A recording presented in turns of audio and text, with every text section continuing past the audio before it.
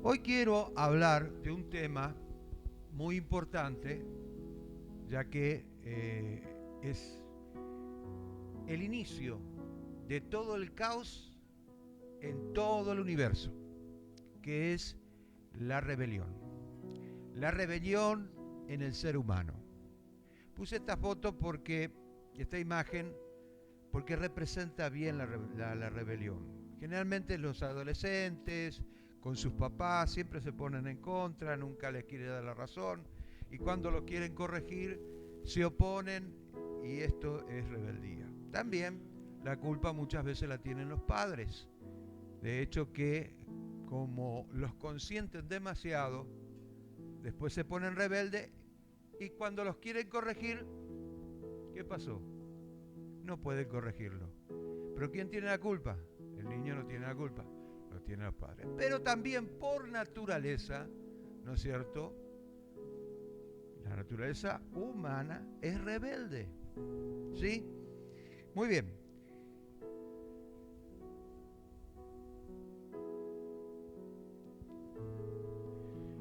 Hebreos capítulo 10, versículo 26 al 31. Vamos a estar leyendo, dice así la palabra de Dios. Porque si pecamos voluntariamente, después de haber recibido el conocimiento de la verdad, ya no queda más sacrificio por los pecados, sino una horrenda expectación de juicio y de hervor de fuego que ha de devorar a los adversarios. El que viola la ley de Moisés por el testimonio de 2 o 3 testigos muere irremisiblemente.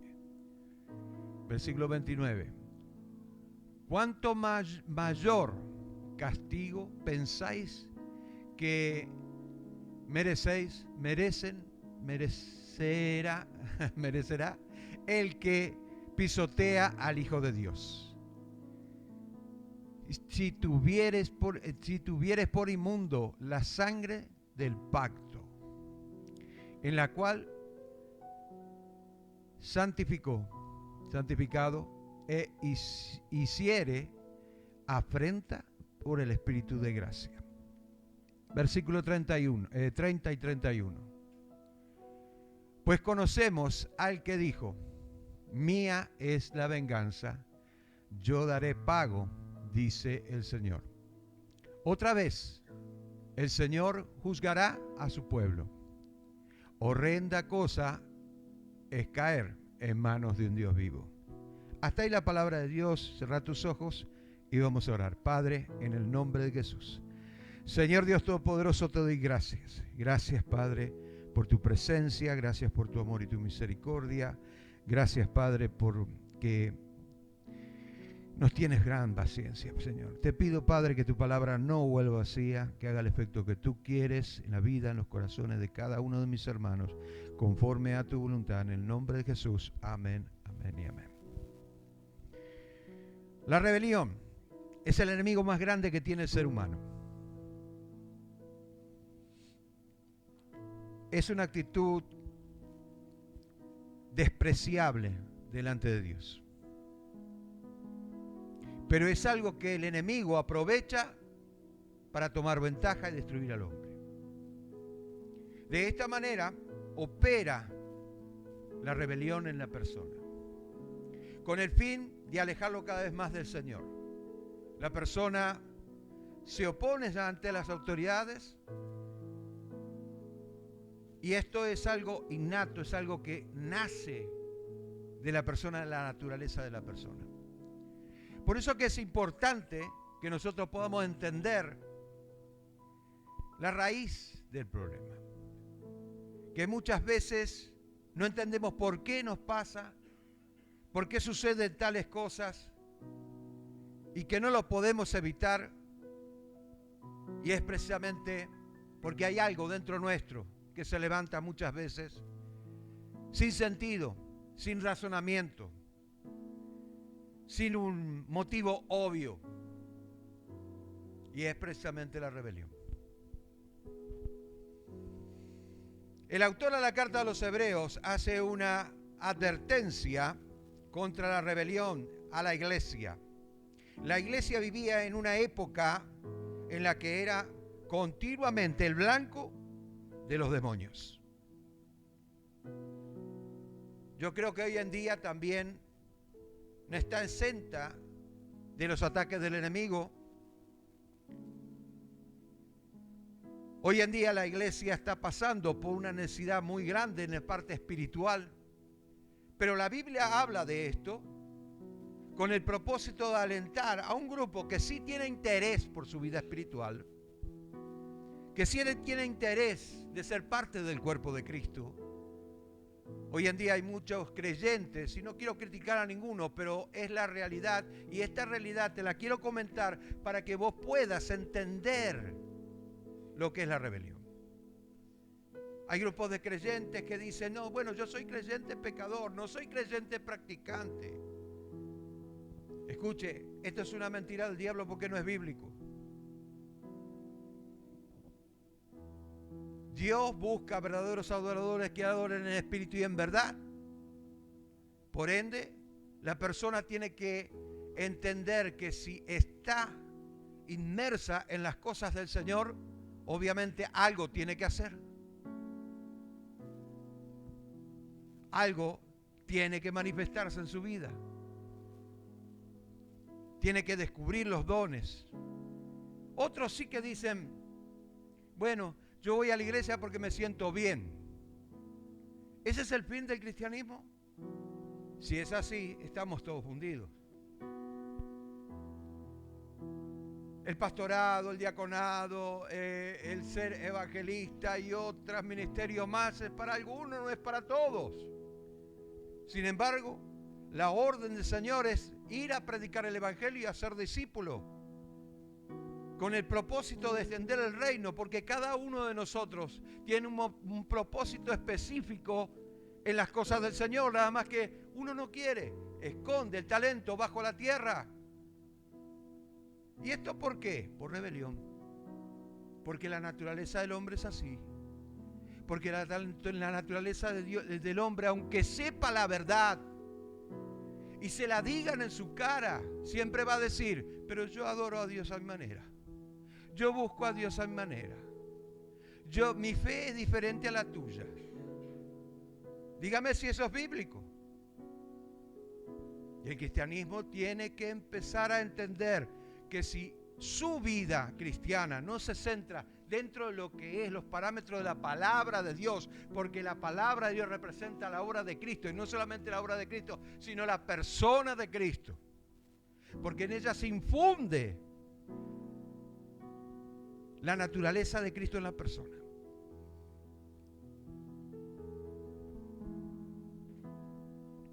Y es por eso que advierte a la iglesia de esta situación, lo hace duramente en la carta a los Hebreos.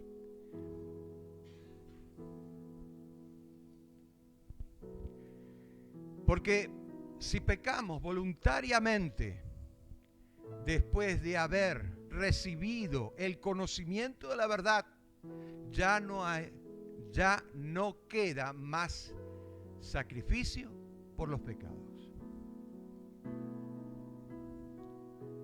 Vamos a ver a la luz de la Biblia. ¿Anula el sacrificio de Cristo en la cruz? ¿Murió de balde Cristo en la cruz? En forma individual, las personas cuando lo toman en este sentido.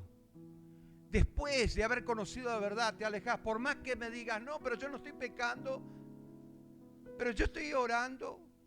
El hecho de que tú hagas las cosas a tu manera ya es un acto de rebelión. Bíblicamente es así.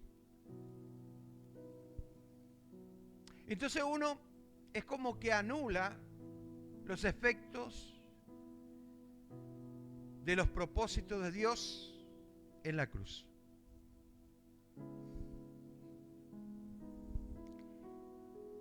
entremos más dentro de lo que es la rebelión. Rebelión contra Dios y su palabra. Esto es negar a Cristo con los hechos. Para aquellos cristianos que dicen, yo soy creyente, pecador, porque tengo la naturaleza pecaminosa, no la puedo evitar. Si no hay práctica, no hay cristianismo.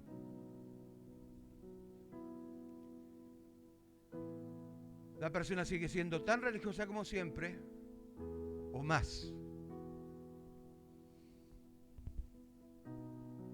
Como los judíos en aquel entonces, justificándose. Pero el Señor decía, ustedes recorren cielos y tierra para ser un prosélito, un discípulo, y luego que logran su objetivo, lo hacen más, doblemente, más hijos del infierno que antes. Entonces, niega la eficacia del cristianismo puro, verdadero, bíblico, con los hechos y palabras, y abandonan el camino de la salvación. Esto se llama apostasía.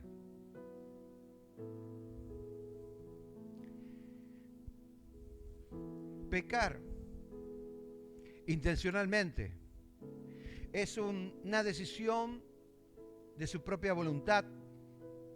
Y de esta manera entendemos que es el acto de rebelión.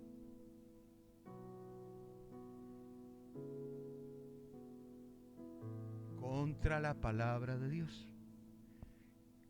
La palabra de Dios dice, no hagas y vos haces. Eso no es rebelión. Eso es rebelión. Primera de Pedro, capítulo 2, versículo 20 al 21, dice, ciertamente, si habiéndose ellos escapado de la contaminación del mundo por el conocimiento del Señor y Salvador Jesucristo, enredándose otra vez en ellas, son vencidos. Su postrer estado viene a ser peor que el primero. Porque mejor les hubiera sido no haber conocido el camino de justicia, que después de haberlo conocido, volviese atrás del santo mandamiento que le fue dado. ¿Qué cosa? Pedro hace una advertencia a la actitud de rebeldía. Mejor no haber conocido el camino de justicia. Mejor no conocer la verdad. Seguir en la mentira. Seguir en las tinieblas. Que después de haberla conocido, usar nuestra propia voluntad para hacer todo lo contrario, eso ya es una manifestación de rebelión. Lo que antes hacíamos por ignorancia, ahora lo hacemos por rebelión. ¿Se da cuenta? Esto es algo importante de entender, porque muchas veces queremos comprender qué es lo que está pasando en nuestro mundo, qué es lo que está pasando con mis cosas, con el día a día mío. ¿Por qué me agarra tantas enfermedades? ¿Por qué yo no puedo pegar una siempre que trato? Gano bien, pero resulta ser que siempre que trato de ahorrar algo, entra por un lado y se va por el otro. Hay algo que está mal. Hay algo que está funcionando mal. Dios no obra de esa manera. El problema del hombre es que pasa por encima de muchas cosas que no tendría que ser así.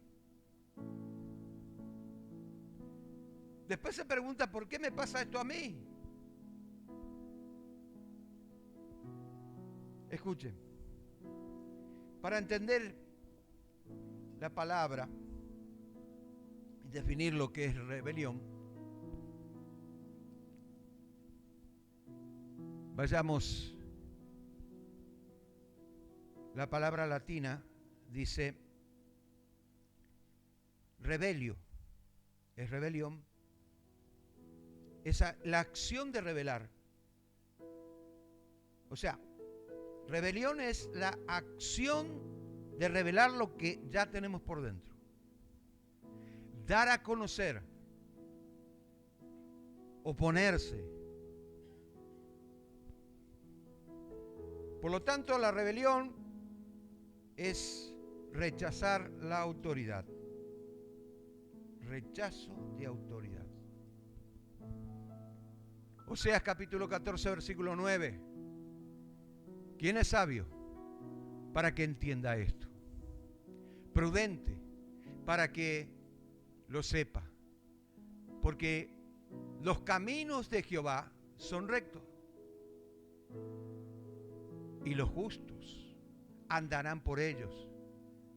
Mas los rebeldes caerán en ellos.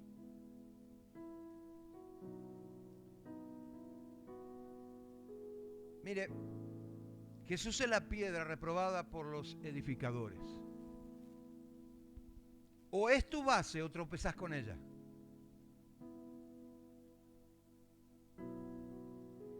Y muchas veces se tropieza con el mismo Jesús.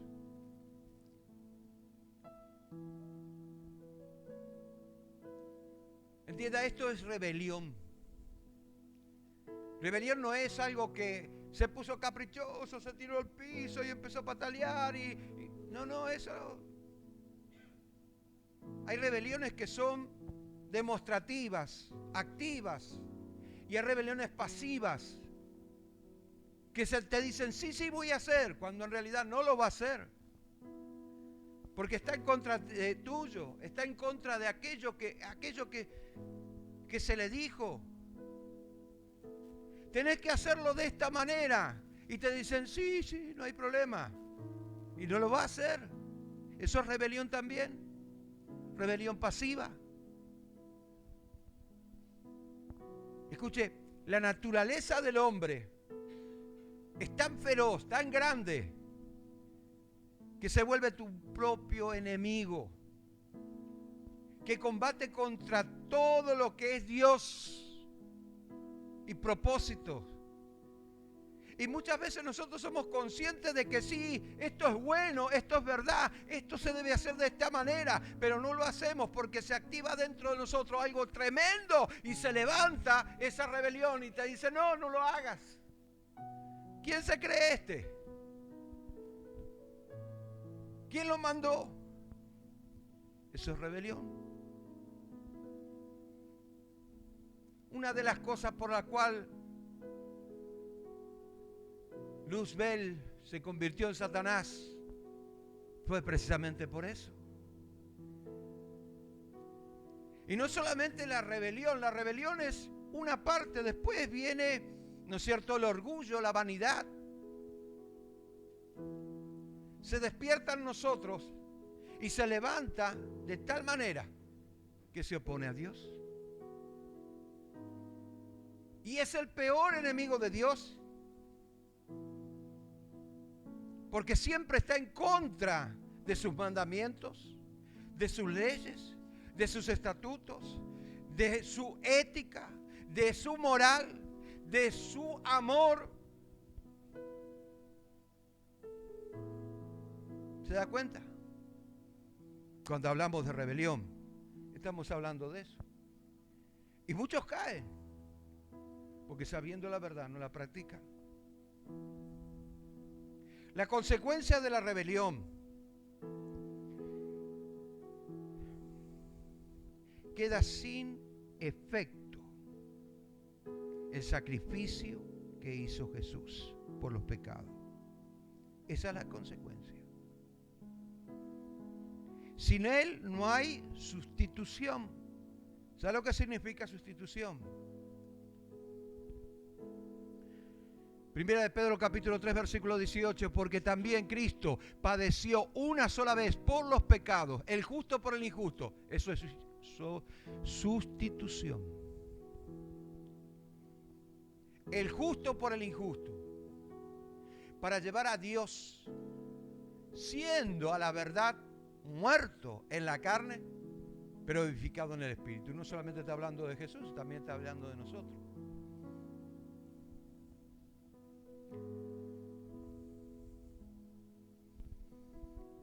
Si no hay Cristo, no hay sustitución.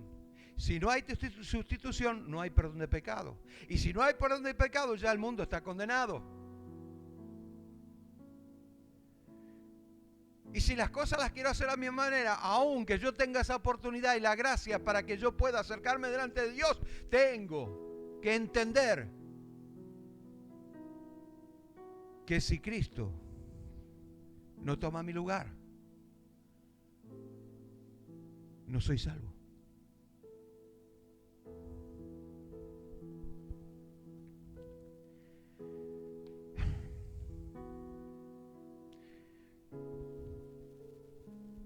En el asiento del corazón muchas veces está yo. Pero esto tendría que ser al revés. Cristo tiene que tomar ese lugar.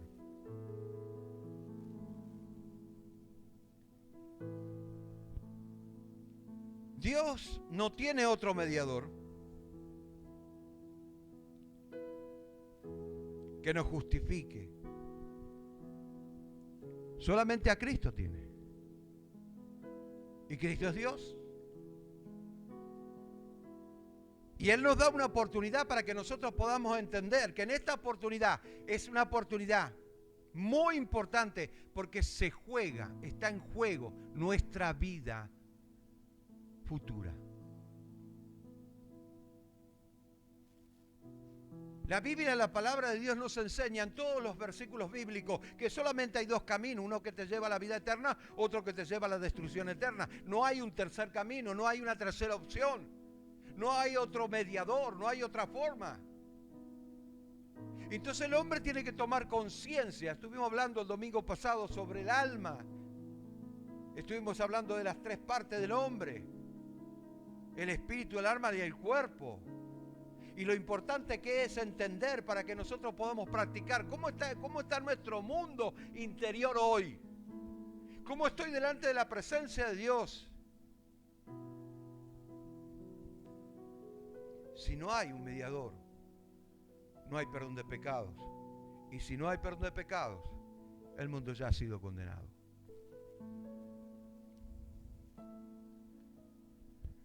Primera de Juan capítulo 2 versículo 1. Hijitos míos, estas cosas os escribo para que no pequéis.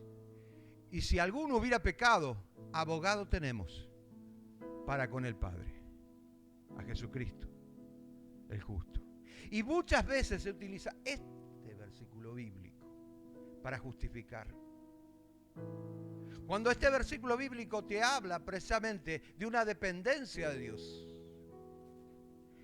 Cuando te hacen una demanda judicial, no podés presentarte delante del juez sin un abogado que abogue por vos. Eso significa abogado, que esté abogando, que esté, ¿no es cierto?, que sea de mediador entre el juez y el problema que estás teniendo en ese momento. Y el demandante. ¿Y qué es lo que sucede? Vos estás dependiendo de ese abogado. ¿Me está entendiendo? Vos estás dependiendo de ese abogado.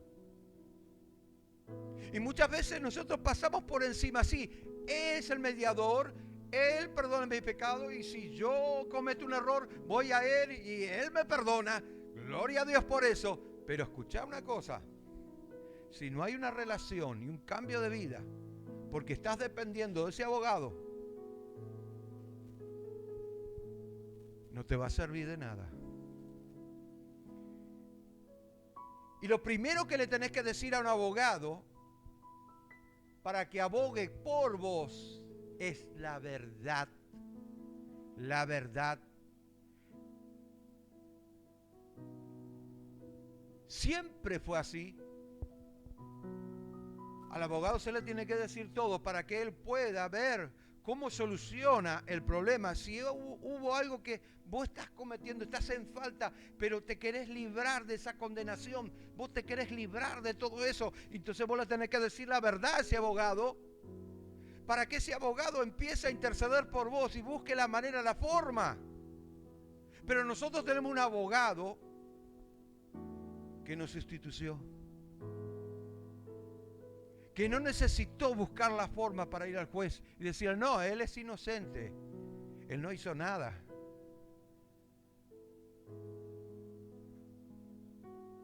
Él dijo, él es culpable, pero yo voy a tomar el lugar de él, yo voy a pagar. ¿Me está entendiendo? Decimos, hijitos, estas cosas son escritas para que no pequéis. Y si alguno hubiera pecado, abogado tenemos. Pero no se olvidamos de esto. Acá hay un punto y una coma. ¿Usted sabe lo que significa, no? ¿Cuál escuela, no? Acá hay un término, aunque el tema sea el mismo, es como que, bueno, vamos a pasar a otra cosa que tiene que ver con el tema, pero en otra relación. Entonces, acá dice, para que no pequéis. Y después dice, si alguno obviamente por yerro, por ignorancia, hubiere pecado, abogado tenemos. ¿Está entendiendo? Escuche, porque usted tiene que entender lo que es rebelión para que usted pueda decidir qué es lo que hago con mi vida futura. O me voy al cielo o me voy al infierno, pero yo voy a decidir.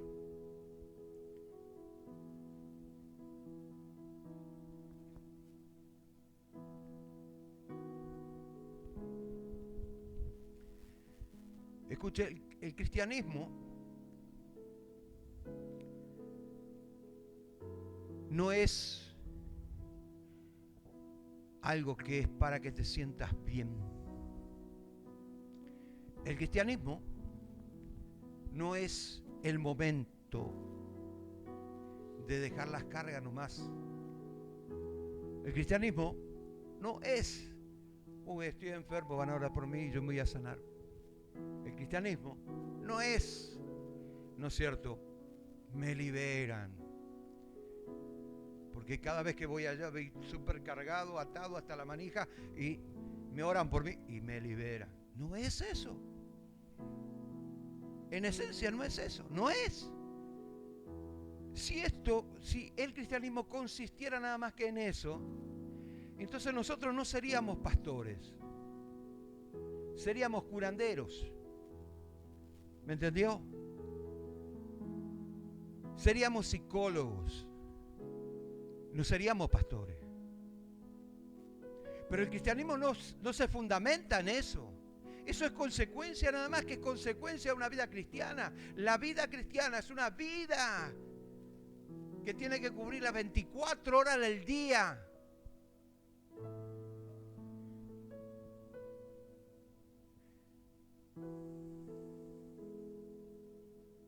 ¿Qué es rebelión?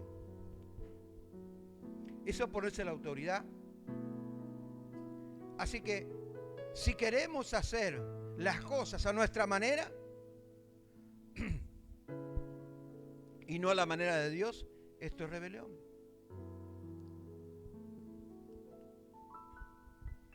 Tito capítulo 15, capítulo 1, versículo 15 al 16, dice: todas cosas son puras para los puros, mas para los corrompidos e incrédulos nada le es puro, pues hasta su mente y su conciencia está corrompida. Profesan conocer a Dios, pero con los hechos le niegan. siendo abominables, rebeldes, reprobados en cuanto a toda buena obra. Y si yo me centrara en este versículo bíblico, hay algo que tenés que entender. Tito estaba pastoreando la iglesia de Creta, una pequeña isla.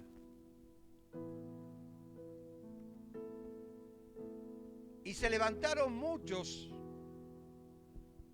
con distintas doctrinas y maneras de pensar y filosofías y religiones que no querían cambiar bajo ningún punto de vista. Entonces, a modo de alentar a Tito, le dice, mira, esto tiene que suceder porque va a haber gente que está corrompida, pero no pierdas el tiempo. Escuche lo que yo le voy a decir en esta mañana. Yo voy a la oveja perdida, no voy al hijo pródigo. Porque la oveja perdida está perdida y necesita que uno lo guíe. Pero el hijo pródigo viene solo.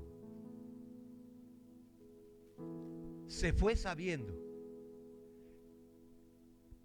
Quiso probar algo que le salió mal, pero volvió. Reconoció su falta.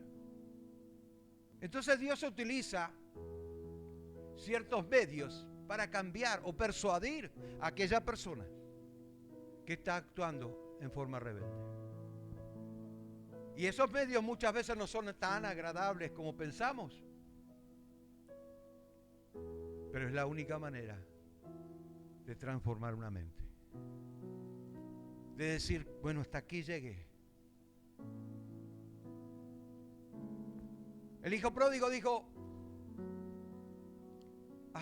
reflexionó, pensó, en la casa de mi padre hay muchos jornaleros y yo acá estoy muriéndome de hambre. Iré a mi casa y le diré, Padre, he pecado contra el cielo y contra ti, y ya no soy digno de ser llamado tu hijo. Hazme como uno de tus jornaleros. No quiero ser tu hijo porque no lo merezco. ¿Qué actitud es esa? No estoy rechazando el ser hijo, pero estoy reconociendo que no merezco ser hijo. ¿Me está entendiendo? Y cuando llegamos a esa actitud, el padre dice, bueno, por fin aprendiste. Pero nunca va a faltar un hermano que diga, yo siempre estuve contigo, yo siempre estuve al lado tuyo, en las buenas y en las malas. Y ahora, ¿por qué este desgraciado se fue y gastó todo su dinero y vino ahora? ¿Vas a hacer un cordero? ¿Vas a hacer una fiesta? ¿Y conmigo?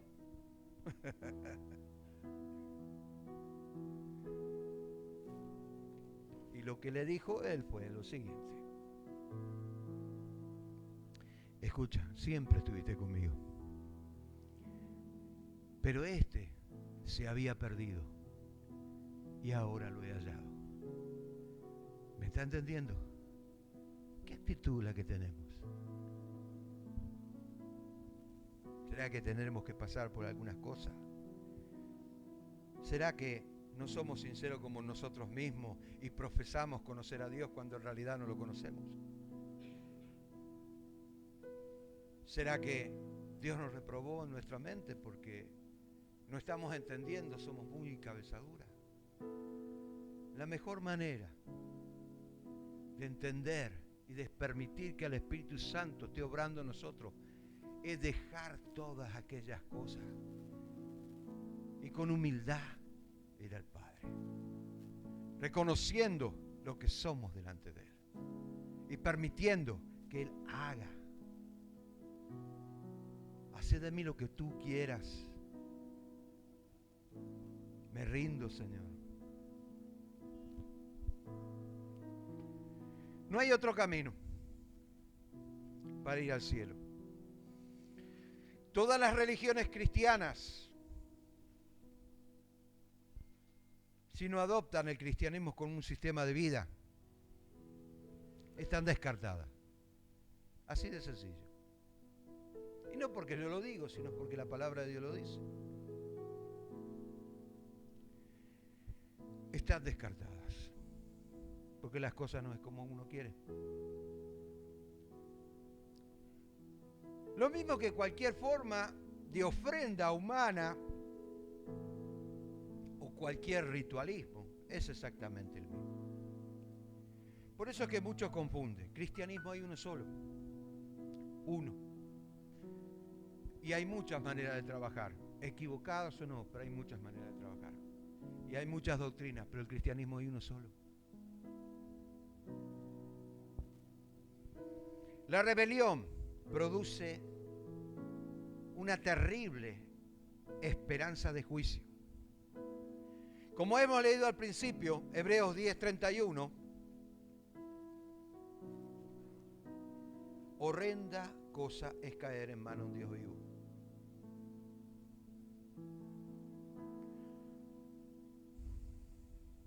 Como diciendo, bueno, si no aceptas por las buenas, tenés que aceptar por las malas. Pero te voy a dar oportunidad para que vos te rindas y dejes de ser rebelde para ser la persona que yo quiero que seas. Está hablando de las consecuencias que conlleva la rebelión. Al hacer estas cosas, a nuestra manera, nos constituimos rebeldes. Aquí el pecado consiste en comprender, o mejor dicho, en no comprender el sacrificio de la cruz. Ese es el pecado más grande, porque no le damos importancia, real importancia. Esto era la base principal. Si usted empieza a leer el Nuevo Testamento, la base principal, escuche, cristianos, si usted lee el Nuevo Testamento, la base principal es la cruz de Cristo, la venida de Cristo, la resurrección de los muertos, el Espíritu Santo. Está hablando de cosas que son realmente importantes para nuestra vida espiritual, que tiene relevancia. Escuche. Y por medio de Él, en acento la E, está hablando de una persona, por medio de Él, reconciliar consigo todas las cosas, así las que están en la tierra como las que están en el cielo.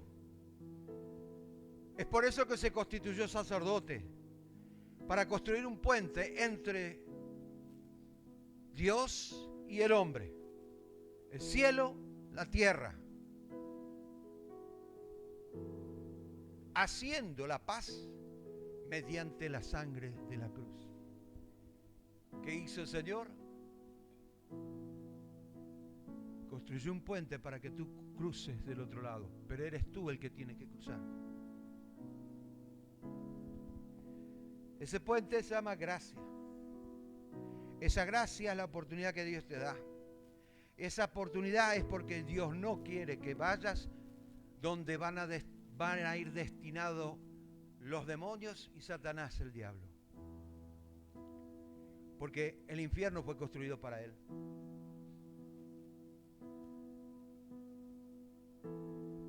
Pero ¿sabes qué? Nosotros decidimos qué es lo que vamos a hacer de nuestra vida espiritual. Escuche la preocupación de Jesús. Y dice Lucas capítulo 14, versículo 27.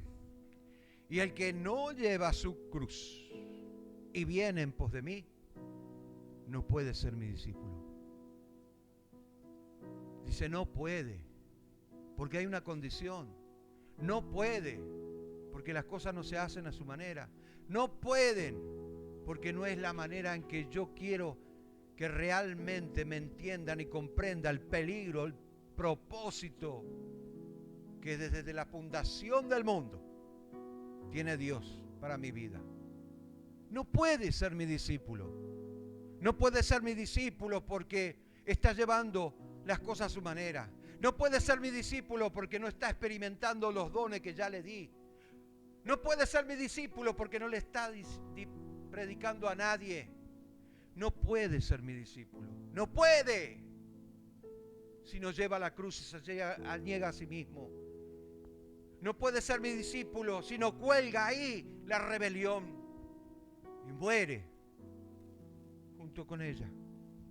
No puede ser mi discípulo. Tomar la cruz de Cristo en forma consciente. Ya no vivo yo, más Cristo vive en mí. Yo no tengo que ser la misma persona. Tiene que haber una conversión. Tiene que haber un cambio de actitud. Tiene que haber un cambio progresivo de actitudes. Debo ser consciente de esto porque todos los días el que va a Cristo tiene que llevar su cruz y va en pos de mí. Si no es así, no puede ser mi discípulo. No puede ser mi discípulo cuando vos pensás las cosas a tu manera. No puede ser mi discípulo cuando yo me proyecto en la fe sin la voluntad de Dios. Escúchele la Biblia. Primera de Juan 5:14. Si le pedimos alguna cosa conforme a su voluntad, Él nos oye. Y si no, no nos oye. ¿Entiende lo que es eso?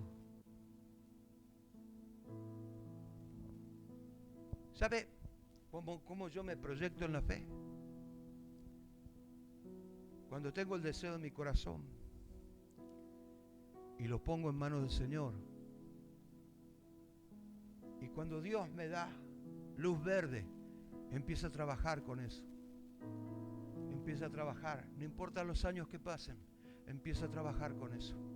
Trabajo y trabajo y trabajo, proyectándome, haciendo planos, y fijándome cómo lo puedo hacer o cómo lo voy a dejar de hacer y todas esas cosas. Pero es así. Y no es de otra manera. Por la naturaleza, el hombre es rebelde. Ya sea en forma instintiva, consciente o inconscientemente. La rebelión lo lleva a hacer ya. Lo lleva a hacer cosas que están en contra de Dios. Porque es parte del pecado. Está dentro de los genes humanos.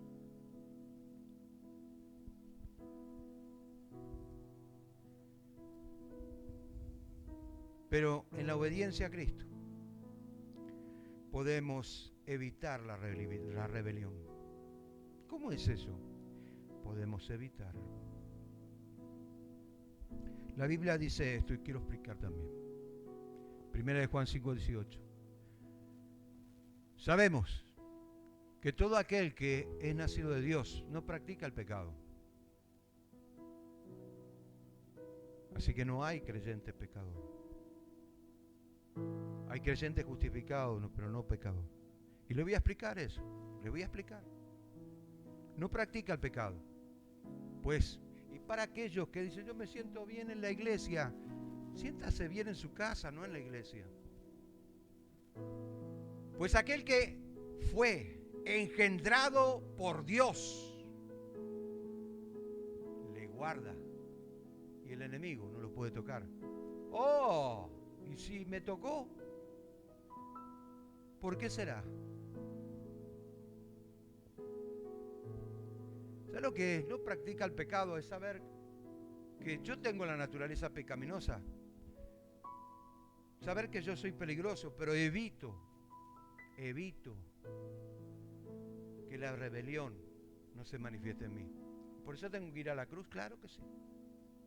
Pero tengo malos pensamientos, pastor. Vos sabés que yo estoy pensando en esa mujer, siendo que yo tengo a mi esposa. O pienso en aquel varón cuando yo tengo a mi esposo.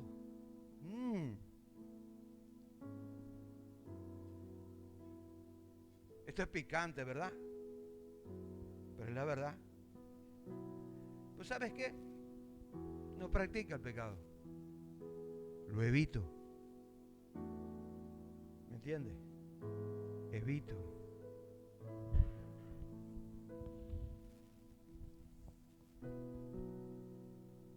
No practicar el pecado porque no lo niega, no lo reprime como muchos quieren reprimirlo. Lo reprimo y después explota y ¡pum! Es peor. Si no lo evito. No niego mi naturaleza. Mi naturaleza es pecaminosa. No la niego. Pero eso no quiere decir que yo sea un creyente pecador. Porque ese sería como justificar los actos. Pero debo pelear con esa naturaleza y adoptar la naturaleza de Cristo todos los días. Por eso tengo que cargar la cruz, claro. Por eso tengo que saber qué simboliza, claro. Por último, 1 Tesalonicenses capítulo 3, versículos 12 y 13 dice: y el Señor os haga crecer en abundancia, en amor, unos para con otros, para con todos, como también hacemos nosotros por vosotros, para que seáis afirmados en vuestro corazón, irreprensible en santidad.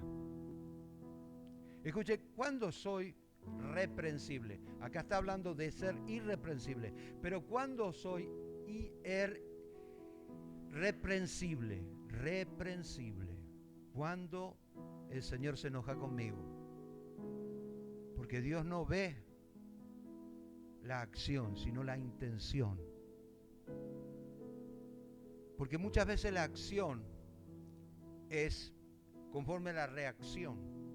Y otras veces es conforme a la intención. Y lo que ve Dios es la intención. ¿Soy reprensible en ese caso? Sí. Y por eso dice: vuestros corazones sean irreprensibles, aunque tengas defectos, porque yo conozco tus defectos, en santidad delante de Dios. ¿Qué tiene que ver esto? Tiene que ver con el temor que vos le tengas a Dios, nuestro Padre, y en la venida de nuestro Señor Jesucristo con todos sus santos. Amén.